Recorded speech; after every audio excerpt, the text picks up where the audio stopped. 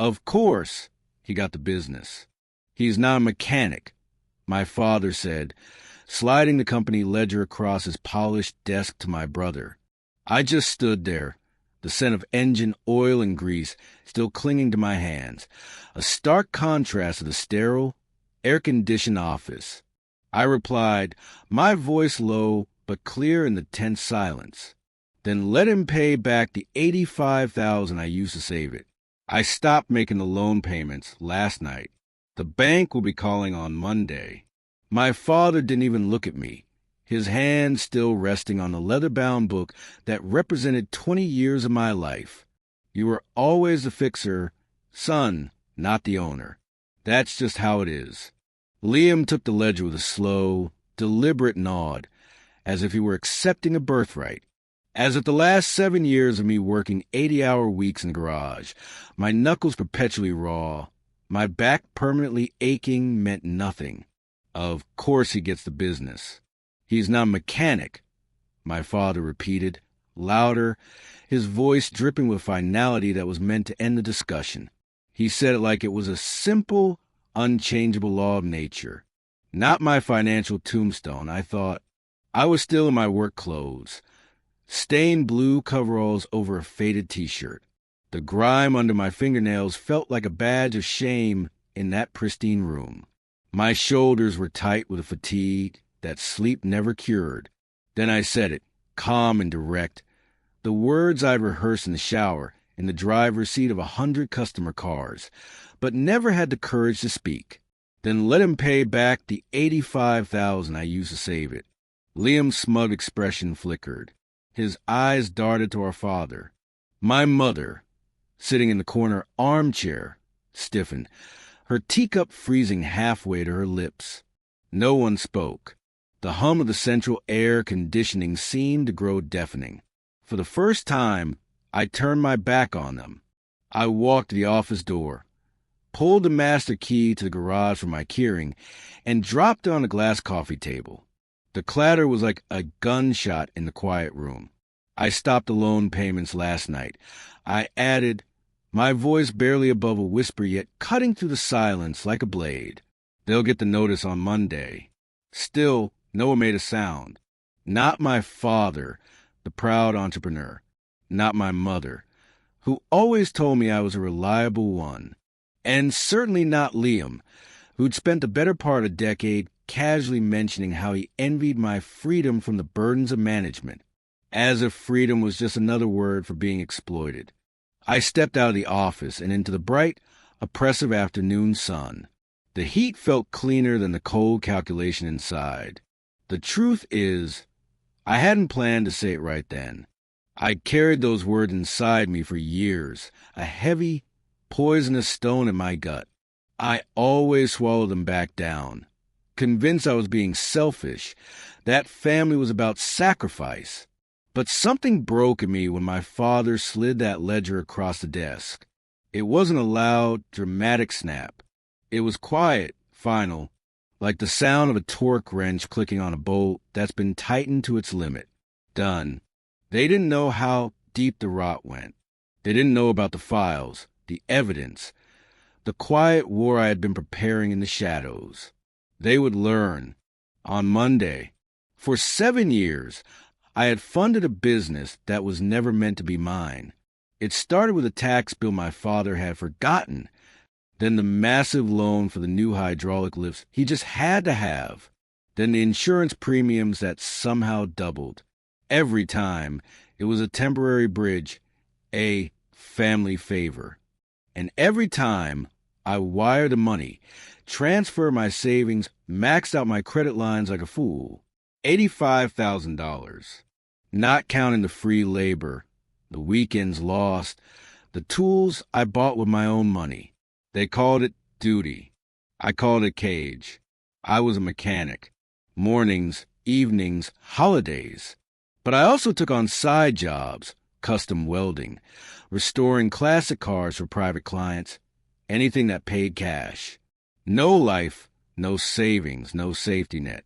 Every extra cent went into the family legacy, because my father said we were building something that would last, because my mother said I was a strong one, because Liam said I was so lucky to be hands-on and not stuck in an office like him. And I believed them. What I didn't know, what I refused to see, was how long they had been planning to write me out of the story. The signs were there in the little things.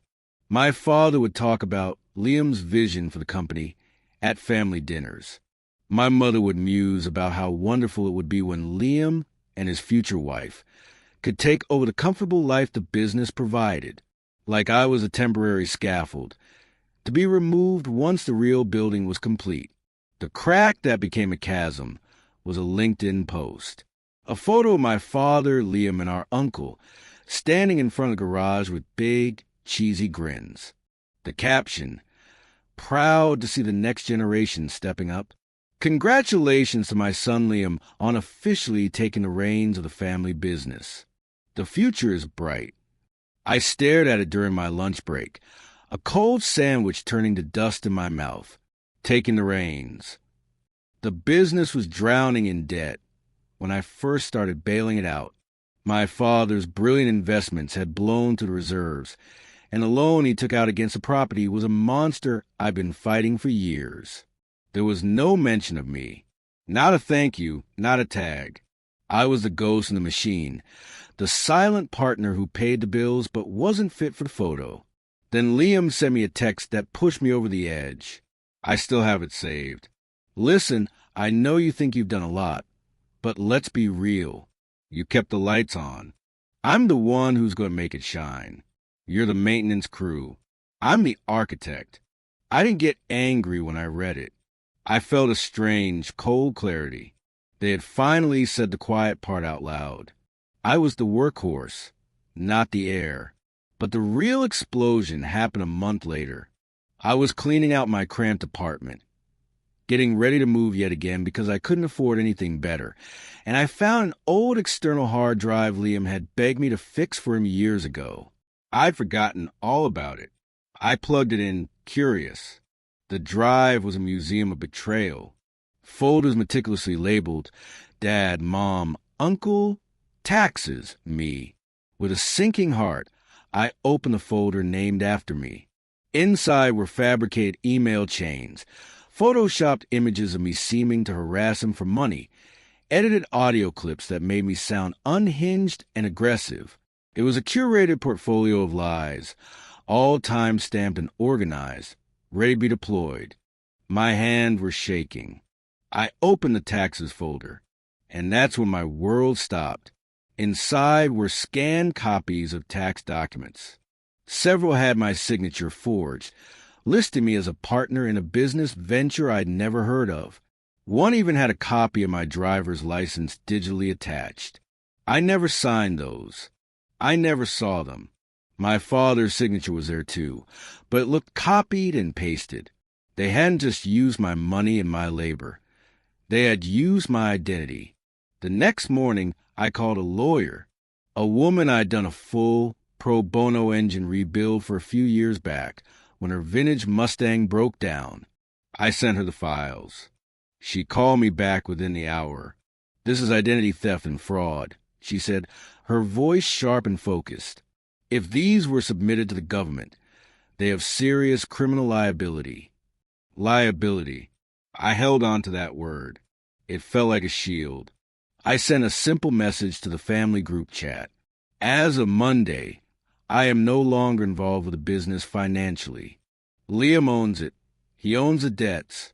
Good luck. The silence was broken only by my father calling me at 3 a.m., his voice slurred with whiskey. "You entitled brat. You think you're better than us? You owe this family everything. We clothed you, fed you. This is your repayment." That was the moment the last thread of guilt snapped. He truly believed it. I was born indebted.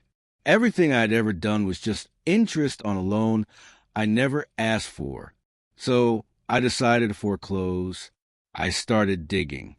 I went through years of bank statements, old emails, text archives. I built a timeline, a map of their deception. And then I found something I never expected. Liam's lucrative freelance consulting during a slow year for the garage. He wasn't just dabbling in the stock market. He was involved in a shady import-export scheme that was later investigated for customs fraud. And guess whose name and social security number he used to lease a warehouse unit for storage? Mine. That same week, he'd posted a photo with the keys to a new sports car. Hard work pays off. Hashtag blessed. Hard work. My work. They wanted my silence. They would get a hurricane instead. Liam's new era party for the business was on a Saturday. He called a thank you to all our loyal clients and supporters. The invitation arrived in the family chat, the same one that had gone silent after my message. The irony was thick enough to taste. They still expected me to come. I said I would, but I didn't bring champagne. I brought a tablet, a portable speaker, and the hard drive. They were not ready. The garage had been transformed. Banners hung from the rafters. A catered spread sat where oil spills used to stain the concrete, and a local band played soft rock. My mother was flitting around, offering canapes with a hostess's smile, as if she hadn't co-signed on the theft of my name. My father was holding court by the new beer keg, the proud king of his domain. Liam wore a brand-new suit, looking every inch a successful young entrepreneur. I arrived late deliberately. A hush fell over parts of the crowd. I saw eyebrows raise. Liam walked over, a tight, practiced smile on his face. "Hey, you made it." I was starting to think you were still sore about all that boring money stuff. Money stuff, he called it. I gave him a brief, stiff hug and leaned close to his ear. You should probably sit down for what's next. Then I walked past him, straight to the small stage the band was using. I gestured to the guitarist, who looked confused but stopped playing. I unplugged their speaker and connected my own. The chatter in the garage died down. All eyes were on me. I opened the tablet, plugged in the hard drive. "Before we celebrate the new era," I said, my voice echoing slightly in the large space, "I'd like to give a little presentation, a gift for the new owner." Liam froze mid-sip of his drink. My mother's smile vanished. My father's face darkened. "This," I announced, holding up a hard drive, "is what $85,000 in 7 years of your life buys you in this family." I clicked play on an audio file. The recording started with ambient noise, then my voice, pulled from an old voicemail. "Hey, just transfer the money for the quarterly tax. Should be there now. Let me know if it doesn't go through." Then Liam's voice, expertly spliced from different sources to sound like one sentence. "You're just a help. You always will be. Don't forget your place." A wave of murmurs swept through the crowd. I let it play for another few seconds before pausing it. "Fabricated," I stated flatly, "edited." I found dozens of these, all saved in a folder he labeled insurance. You could hear a pin drop. Then I opened a PDF file and projected it onto the white wall we use for client presentations. This is a tax form from last year. It lists me as a managing partner in a real estate LLC I've never heard of. My signature is forged. I walked to my father and handed him a printed copy. He didn't take it, so I let it fall to the floor at his feet. Forgery, fraud, federal crimes. My lawyer has filed the paperwork. The investigation starts Monday. Now the noise started, shocked exclamations, chairs scraping back. Liam stepped forward, his face pale with fury. "You're pathetic, trying to ruin my day because you're jealous." "No," I said, my voice cold and steady. "You ruined yourself when you built your empire on my back and my name." I turned to a crowd of relatives, family friends, old clients, people who had watched me grow up in this very garage. For those of you wondering why I'm doing this, ask them why they never told you I was the one keeping this place afloat. Why my name was erased, my contribution hidden, replaced with a fantasy of Liam's solo genius. Then I looked directly at my father. Who came up with the caption for that LinkedIn post? The one about the next generation stepping up? He just stared, his jaw clenched. But someone else answered. From the back of the crowd, a woman stepped forward. Late 30s, sharp business attire. I did, she said. Everyone turned. I'm Clara, Liam's former business partner, the one he claimed embezzled funds. She looked around, her gaze steady. I didn't take a dime. I left when I discovered he was funneling money through shell companies and using his brother's identity to secure lines of credit. I helped him print some of those documents, believing they were legitimate. Gasps erupted. Someone dropped a glass.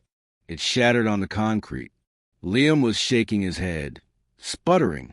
She's lying. She's just bitter. Clara delivered the final blow. He told me he kept those fake files on his brother's leverage. He said, and I quote, "If he ever gets difficult, I can destroy him with one email to the IRS." I turned to Liam, my phone in my hand. Do it, I challenged him, my voice quiet but carrying to every corner of the garage. Send the email. Let's see who gets buried first. He didn't move. He just stood there, trembling. My father stood up, his face a thundercloud. He pointed a shaking finger at me. You have disgraced this family for the last time. I walked right up to him, stopping only a foot away. You used my name to commit fraud. I whispered the words for him alone. I didn't disgrace you. I just turned on the light so everyone can see the rot. Then I pulled a sealed envelope from my jacket. This is a formal notice from the State Revenue Department. They have my sworn affidavit. As of Monday, they are auditing every tax filing associated with my Social Security number. That includes a garage, your personal returns, and that fictional LLC. I handed the envelope to my mother. Her hands were shaking so badly she couldn't take it, so I placed it on the table beside her. You said he deserved the business because I'm just a mechanic. Fine, let him pay the $85,000 and the back taxes. The band had long since stopped playing. The only sound was a nervous shifting of the crowd. I was done. I turned and walked toward the open garage door. I gave everything. I said to the room, not looking back. I became a ghost of my own life. Not anymore. Liam started to cry, real frustrated tears. But no one moved to comfort him. The illusion was shattered. They all saw it now. This family was a business, and I was an asset they had mismanaged into the ground. I left the speaker playing. As I reached my car, the next audio file queued up automatically. It was Liam's voice, frantic, from a memo titled Final Option. If he ever finds out, I'll tell everyone he threatened me. I'll say he became violent. They'll believe me. I'm the golden child. I didn't look back. They all heard it. By Monday, the machinery I had set in motion was grinding away. The Revenue Department confirmed the investigation. The forged documents, the tax fraud, the fake LLC. It was all being picked apart by people with the legal authority to do so. I didn't need to be vindictive. I just had to provide the evidence. And Liam had kindly archived it all for me. His new era party wasn't a celebration. It was a public execution, and I had simply handed the axe to the crowd. The fallout was swift and brutal. My father posted a long, rambling, incoherent message on Facebook about betrayal and ungrateful children. It got a handful of pity likes. Liam deleted all his social media accounts. The garage was quiet. No more boastful posts. No more photos of Liam's success. That silence was the sound of their narrative collapsing. I wasn't done, though.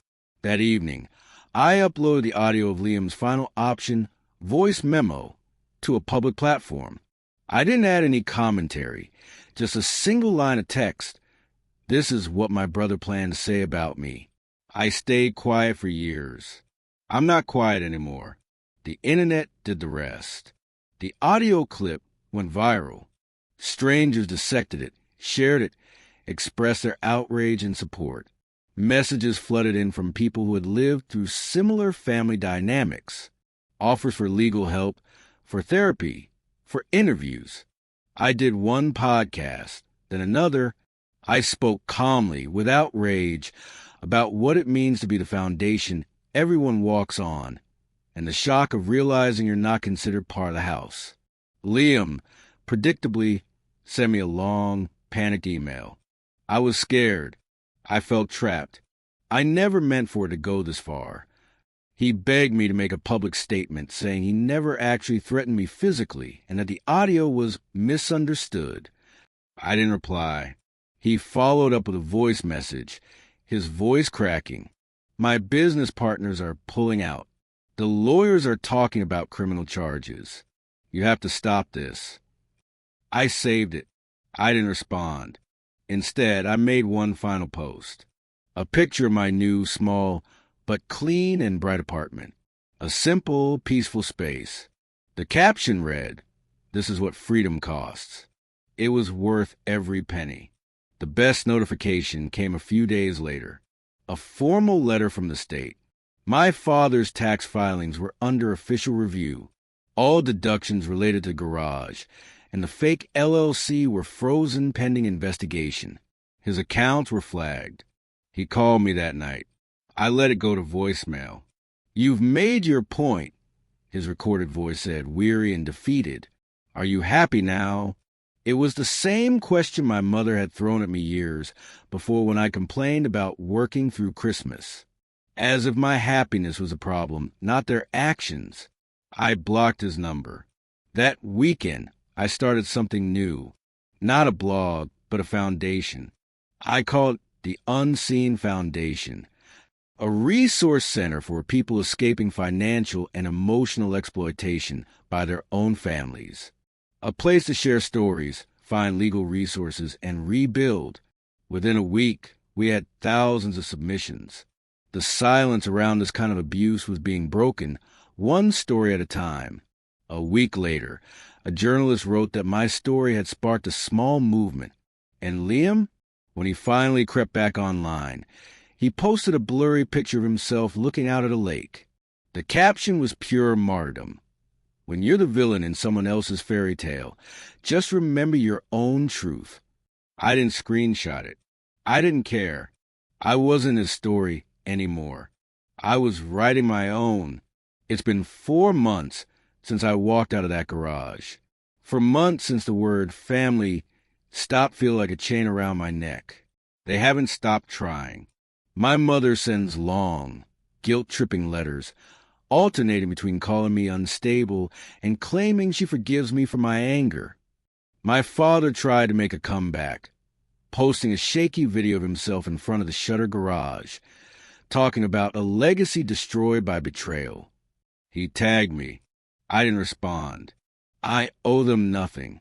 2 weeks ago, my aunt called, the one who always praised Liam for his business acumen. She told me, her voice hushed, that they were being forced to sell the garage. The back taxes and loan payments were insurmountable.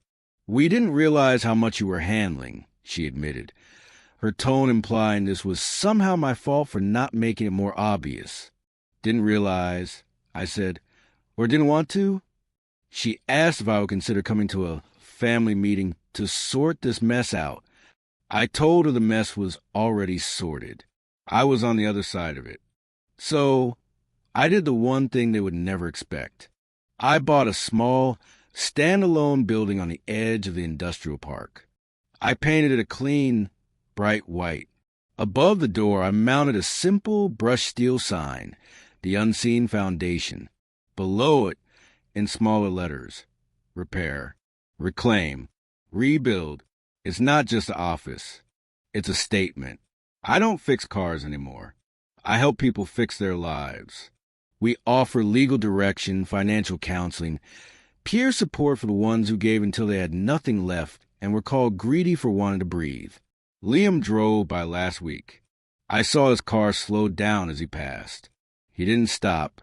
A few days later, someone threw a rock through one of the front windows. Taped to the rock was a note with a single word: traitor. I didn't replace the glass immediately. I left the broken window boarded up for a week, with the note displayed on the inside. Then I posted a photo of it online. The caption was, "If telling the truth makes me a traitor, then the kingdom I was serving was never worth my loyalty." The response was overwhelming. Messages of support came from every corner of the globe. A man in Tokyo sent a picture of his own workshop with the unseen scrawled on the wall in solidarity. This was never about revenge. It's about reclamation. It's about telling people who have been gaslit for years that the air is clear on this side and they can breathe here. As for me, I changed my number. New phone, new apartment. No more toxic group chats. No more obligatory holiday visits. The calls from Liam have stopped. Not because he's given up, but because he finally understands there is no more access. The bridge is burned, and I was the one who lit the match. The day the for sale sign was hammered into the gravel in front of the family garage, I drove by. I didn't stop. I just watched from across the street as a potential buyer and a real estate agent walked around the property. The buyer pointed at the new roof I'd paid for 5 years ago. He nodded, looking pleased. They had no idea who saved that place from the wrecking ball. Good. They didn't need to know. That garage wasn't my legacy anymore. And neither was that family. Before I drove away for the last time, I left something in the garage's rusty old mailbox. A single folded sheet of paper. On it, I had written, "I'm not the villain in your story. I'm the one who walked away before you could convince me I was." Then I drove to my foundation, unlocked the door, flipped the sign to open, and sat down at my desk. On the wall behind me hangs a large, simple banner. It reads, "Self-made, self-owned." I poured a cup of coffee, leaned back in my chair, and allowed myself a small, quiet smile. They can paint me as the enemy all they want, but I'm not angry anymore. I'm free,